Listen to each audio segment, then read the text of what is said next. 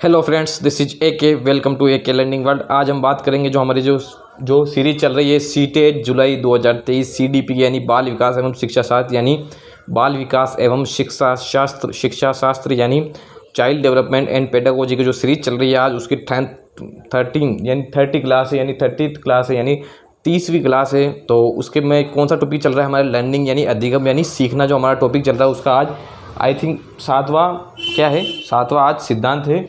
7वां और 8वां 2 सिद्धांत आज हम पढ़ेंगे। तो जो मुख्य सिद्धांत है वो तो हो गए। अब ये जो छोटे छोटे सिद्धांत है उसके बारे में आज जानकारी प्राप्त करेंगे। तो 2 सिद्धांत आज होंगे। लगभग 3-4 दिन में ये टॉपिक लर्निंग वाला टॉपिक पूरा हो जाएगा। फिर हम जो शुरुआत करेंगे बुद्धि यानी इंटेलिजेंस वाला टॉपिक शुरुआत करेंगे। तो शुरुआत करते हैं। तो आज टॉपिक कौन सा है? क्षेत्रीयवाद का सिद्धांत। क्षेत्रीयवाद का सिद्धांत किसने दिया था? कुर्ट लेविन ने। किसने दिया था? कुर्ट लेविन या कर्ट लेविन भी जिसे कहते हैं, कुर्ट लेविन भी कहते हैं, कर्ट लेविन भी कहते हैं। उन्होंने ये सिद्धांत दिया था। ये मुख्य रूप से जो पहले थे ये गेस्टाल्टवादी थे। कौन से थे? गेस्टाल्टवादी, जिन्होंने बताया था कि पूर्ण जो सीखना होता है पूर्ण से अंश की ओर होता है। यानी कोई भी बालक कैसे भी सीखता है वो क्या है, किसी भी समस्या को देखता है, उस समस्या के बारे में चिंतन करता है, उसके अंदर सूझ उत्पन्न होती है, यानी समस्या का हल उत्पन्न होता है, वो समस्या को हल कर देता है। उनका कहने का मतलब, गेस्टाल्टवादियों का कहने का मतलब ये था। अब इस सिद्धांत का जो मुख्य उद्देश्य वो क्या है, सिद्धांत का मुख्य सार क्या है? इन्होंने बताया कोई भी बालक जो है अपने एक विशिष्ट क्षेत्र में यानी अपने संज्ञानात्मक क्षेत्र में, अपने कौन से संज्ञानात्मक क्षेत्र में जो व्यक्ति व वातावरण के मध्य अंतःक्रिया का फल ही अधिगम है। तो आपको पहले संज्ञानात्मक क्षेत्र आपको बताया था। संज्ञान मतलब होता है सोचना, विचारना, जानना, जो मानसिक जो क्रियाएं होती है वो सारा संज्ञान होता है। संज्ञानात्मक विकास यानी इस मानसिक क्रियाओं का जो विकास होता है वो संज्ञानात्मक विकास। संज्ञानात्मक क्षेत्र यानी जिस क्षेत्र में अपन जो है कंफर्टेबल फील करते हैं, जिस क्षेत्र में अपन अच्छा व्यवहार कर सकते हैं उसको क्या कहते हैं? संज्ञानात्मक क्षेत्र कहते हैं। तो इन्होंने बताया कि जो अधिगम होता है वो जो है किसी बालक के विशिष्ट क्षेत्र या संज्ञानात्मक क्षेत्र में व्यक्ति व वातावरण की अंतःक्रिया के फलस्वरूप जो होता है उसे अधिगम कहते हैं। और दूसरा आपको मैं और आगे समझा दूंगा। इन्होंने जैसे ये टॉपिक बताया, लेविन के अनुसार प्रत्येक व्यक्ति का एक संज्ञानात्मक क्षेत्र होता है। मैंने बताया कि प्रत्येक व्यक्ति का एक संज्ञानात्मक क्षेत्र यानी एक ऐसा क्षेत्र होता है जिसमें वह कुशल होता है, किंतु यदि उसे अपने संज्ञानात्मक क्षेत्र से अलग कर दिया जाए तो वह ज्ञान की प्राप्ति सहजता से नहीं कर पाता। उन्होंने बताया कि संज्ञानात्मक क्षेत्र में जो बालक है वो अच्छी तरह से वो है ज्ञान की प्राप्ति कर सकता है, ज्ञान का निर्माण कर सकता है, जो अपना विकास कर सकता है। लेकिन उसे अगर अपने संज्ञानात्मक क्षेत्र अपने सहज क्षेत्र से थोड़ा सा दूर करेंगे तो अच्छी सहजता से अच्छी तरह से वो है ज्ञान की प्राप्ति नहीं कर सकेगा। तो उनका मुख्य उद्देश्य ये सिद्धांत का ये था। अब शुरुआत करते हैं सिद्धांत में क्या क्या है। अब सिद्धांत क्या है, किसने दिया था? कर्ट लेविन ने दिया था। किसने दिया था? ये कर्ट लेविन ने दिया था। अपना कौन सा सिद्धांत पढ़ रहे हैं हम? क्षेत्रीयवाद का सिद्धांत पढ़ रहे हैं। अब इसका जो इनके जो अन्य नाम क्या है, सिद्धांत के जो अन्य नाम भी आते हैं। तो इनके सिद्धांत के जो अन्य नाम है, अधिगम का तलरूप सिद्धांत। कौन सा? अधिगम का तलरूप सिद्धांत। और क्या है? सदिश का सिद्धांत। और क्या है? तीसरा और क्या? गत्यात्मक विकास का सिद्धांत, व्यवहारिक गतिकी का सिद्धांत, कर्षण का सिद्धांत, जीवन दायरा सिद्धांत, लक्ष्य सूच का सिद्धांत। ये मुख्य रूप से ये सिद्धांत है। तो ये जो बाकी जो तलरूप सिद्धांत ये सारी मैं आपको बताऊंगा कि क्यों इससे तलरूप सिद्धांत कहते हैं, क्यों इससे कर्षण का सिद्धांत, सदिश का सिद्धांत कहते हैं, क्यों इसे गणितीय जो सिद्धांत है तलरूप सिद्धांत जो है उसको क्यों कहते हैं। तो ये सभी आपको क्यों इसे जीवन दायरा या क्षेत्र सिद्धांत कहते हैं ये मैं आपको बताऊंगा। पर उससे पहले इसमें तो ये सारे मैं आगे बढ़ूंगा, लेकिन ये वाला जो टॉपिक है इसको आप मैं पहले बता देता हूँ। इसमें ये वाला भी एक मुख्य पॉइंट है, लक्ष्य सूच का सिद्धांत। इन्होंने बताया कि जो है कोई भी बालक होता है उसमें उनके एक लक्ष्य निर्धारित होता है। उस लक्ष्य को क्या करता है, वो लक्ष्य को देखता है, उसमें क्या है सूझ उत्पन्न होती है, यानी वो चिंतन करता है उस लक्ष्य के प्रति, उस समस्या के प्रति, उसमें सूझ उत्पन्न होती है, यानी उस समस्या का हल उत्पन्न होता है, वो समस्या का हल कर देता है, यानी समस्या को हल कर देता है। अब देखिए दूसरा पॉइंट क्या है, इनकी पुस्तक कौन सी, यानी इनकी बुक कौन सी है। तो इनकी बुक का नाम है कॉग्निटिव फील्ड थ्योरी। कौन सी? Cognitive field theory. तीसरी बात, इनकी जो मुख्य बात है हम पढ़ते हैं कि मुख्य क्या बातें बताई थी इन्होंने। तो ये क्या है, इस सिद्धांत के अनुसार अधिगम एक विशिष्ट क्षेत्र में व्यक्ति व वातावरण की अंतःक्रिया के फलस्वरूप मुख्य से होता है, मुख्य रूप से होता है। क्या होता है? मुख्य रूप से होता है।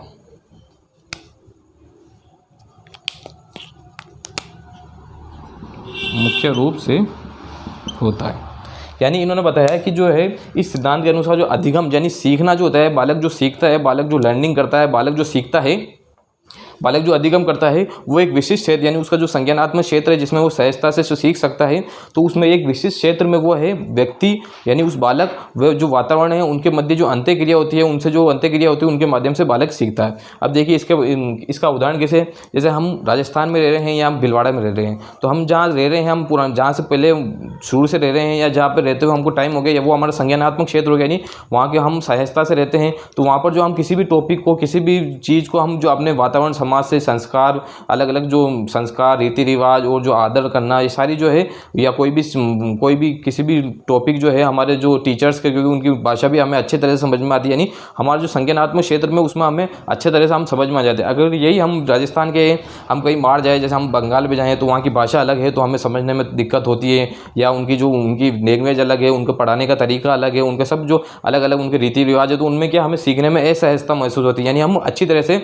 मतलब जहाँ जितनी अच्छी तरह से यहाँ सीख सकते थे उतनी अच्छी तरह से हम वहाँ नहीं सीख सकते हैं, क्योंकि उसमें वो उतनी अच्छी तरह सीखने में हमें वहाँ टाइम लगेगा, कुछ समय लगेगा, वहाँ की हम कल्चर को पहचानेंगे, वहाँ की हम भाषा को पहचानेंगे, फिर बाद में हम अच्छे से सीख पाएंगे।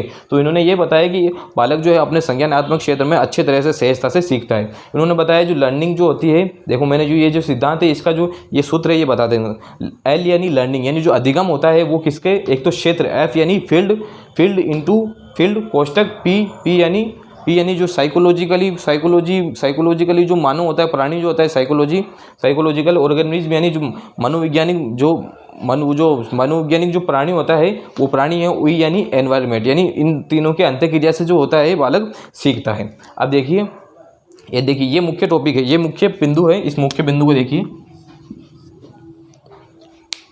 लेविन के अनुसार प्रत्येक व्यक्ति का एक संज्ञानात्मक क्षेत्र होता है। कौन सा संज्ञानात्मक क्षेत्र, कौन सा होता है संज्ञानात्मक क्षेत्र, यानी एक ऐसा क्षेत्र जिसमें वह सहजता महसूस करे, क्या सहजता महसूस करे, अच्छी तरह से वो सीख सके, एक संज्ञानात्मक क्षेत्र होता है। किंतु यदि उसे अपने संज्ञानात्मक क्षेत्र से अलग कर दिया जाए तो वह ज्ञान की प्राप्ति सहजता से नहीं कर पाता। यानी उसकी जो संज्ञानात्मक क्षेत्र है उसका जो ऐसा दायरा है जिसमें वो सहजता से, बिना किसी के डर से, बिना किसी हिचकिचाहट से वो अच्छा सीखता है, तो अगर उसे दूसरे क्षेत्र में सिखाया जाए तो वह इतनी सहजता से नहीं सीख सकता है। जैसे मैंने आपको उदाहरण दिया, उसी प्रकार जैसे हम जिस स्कूल में पढ़ रहे हैं शुरू से, उससे हम दूसरे स्कूल में जाते हैं तो उतनी सहजता से हम नहीं सीख सकते, क्योंकि वहाँ से हम घुले मिले हैं, वहाँ पर हर टीचर्स का, बालकों का, सभी का हम व्यवहार पहचानते हैं, कैसे उनका पढ़ाने का तरीका सब पहचानते हैं। अब दूसरे जाते हैं तो एकदम हम उनके बीच में घुलने मिलने, एकदम उनके बीच में सहजता हमें एकदम नहीं आती। तो इन्होंने ये बताया कि बालक अपने संज्ञानात्मक क्षेत्र में अच्छी तरह से सहजता से सीखता है। अगर उससे अलग संज्ञानात्मक क्षेत्र से अलग उन्हें सिखाया जाता है तो वो उतनी अच्छी तरह से सहजता से नहीं सीखता है, यानी उन्हें सीखने में समय लगता है और ज़्यादा एनर्जी खर्च होती है, वो ज़्यादा अच्छी तरह से उनको समझाना पड़ता है जब वह सीखता है।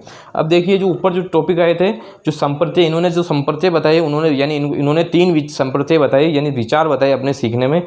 इन जीवन दायरा का क्षेत्र, जीवन दायरा या क्षेत्र, फर्स्ट तो है जीवन दायरा या क्षेत्र, दूसरा सदिश व कर्षण, और तीसरा क्या है इन्होंने क्या बताया, तलरूप बताया। क्या बताया, तलरूप बताया। अब जीवन दायरा या क्षेत्र क्या, इन्होंने बताया कि बालक जो है अधिगम करता है वो एक विशिष्ट क्षेत्र में अधिगम करता है। जैसे मैंने ऊपर बताया, जो विशिष्ट क्षेत्र में अधिगम करता है, तो अधिगम कैसे करता है, वह अधिगम एक विशिष्ट क्षेत्र में बालक व वातावरण के साथ जो अंत्यक्रिया होती है उसके फलस्वरूप जो प्राप्त होता है वो अधिगम प्राप्त होता है, यानी उसके फलस्वरूप बालक अधिगम प्राप्त करता है। कहने का मतलब ये है कि बालक एक विशिष्ट क्षेत्र में वातावरण से अंत्यक्रिया करके, बालक एक विशिष्ट क्षेत्र में वातावरण से अंत्यक्रिया करके अधिगम प्राप्त करता है, यानी लर्निंग प्राप्त करता है, यानी सीखता है। क्या है, सीखता है। अब दूसरा क्या है, सदिश। दूसरा क्या है, सदिश।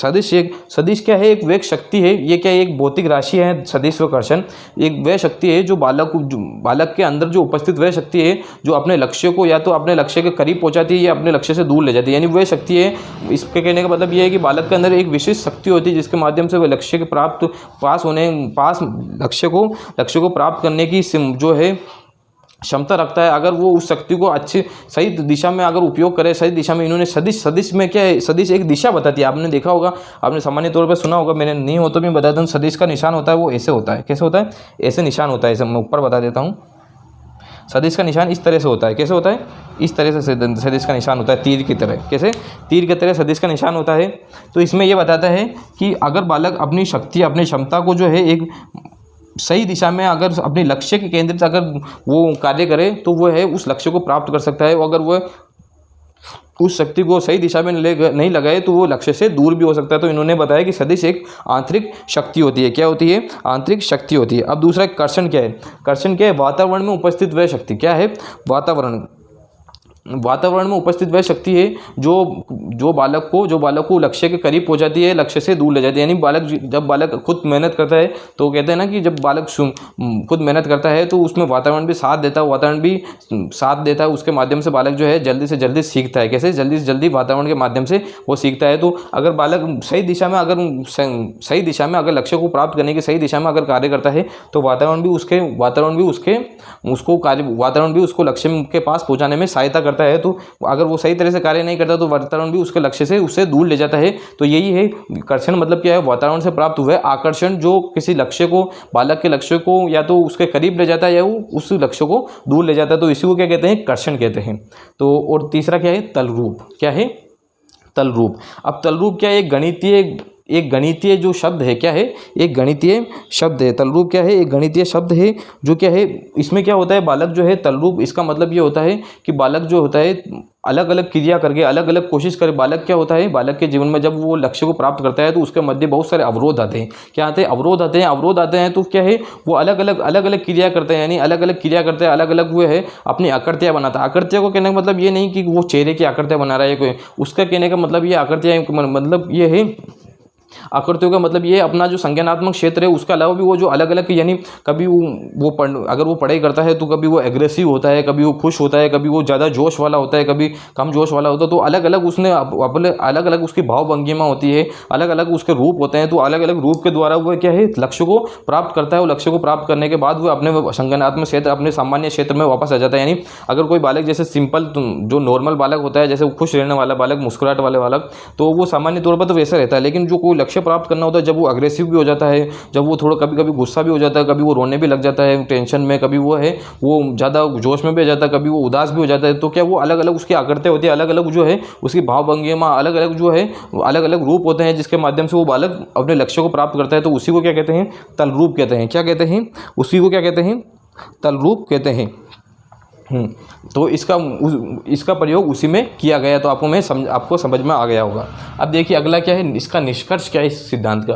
बालकों को उनके संज्ञानात्मक क्षेत्र में ही सिखाना चाहिए। इस सिद्धांत का जो निष्कर्ष है अच्छे से वो ये है, बालकों को क्या है, यानी जो बालक है उनको संज्ञानात्मक क्षेत्र में, जो उनका जो दायरा है, उनका जो संज्ञानात्मक क्षेत्र है जिसमें वो सहज महसूस करते हैं, जिसमें वो अच्छे तरह से सीख सकते हैं, तो उसी क्षेत्र में उनको सिखाना चाहिए जिसके माध्यम से वो ज़्यादा से ज़्यादा ज्ञान की प्राप्ति करे, ज्ञान का निर्माण करे, ज़्यादा से ज़्यादा बालक का विकास हो। दूसरा क्या? प्राथमिक स्तर पर मातृभाषा का प्रयोग करना चाहिए। ये तो सब में, ये तो गांधी जी ने भी कहा है। वो तो जो अधिकतर जो अभी जो हमारे जो NEP 2020 यानी नई राष्ट्रीय शिक्षा नीति 2020 है, उसमें भी यही बताया गया है कि प्राथमिक जो शिक्षा है उसको क्या? मातृभाषा का प्रयोग। यानी मातृभाषा में क्या कि शुरू में मातृभाषा के कहने का मतलब ये है, बालक जो प्रथम भाषा अपने परिवार से, अपने आसपास से जो सीखता है उसके माध्यम से, क्योंकि उससे क्या वो है जल्दी कनेक्ट कर पाता है। किसी मान लो हम उसे अपनी मातृभाषा से सिखाते हैं तो वो जल्दी से जल्दी सीख पाता है, क्योंकि जल्दी जल्दी उसमें खेल में अलग अलग मजाक में भी उसको अच्छा सिखा देते हैं।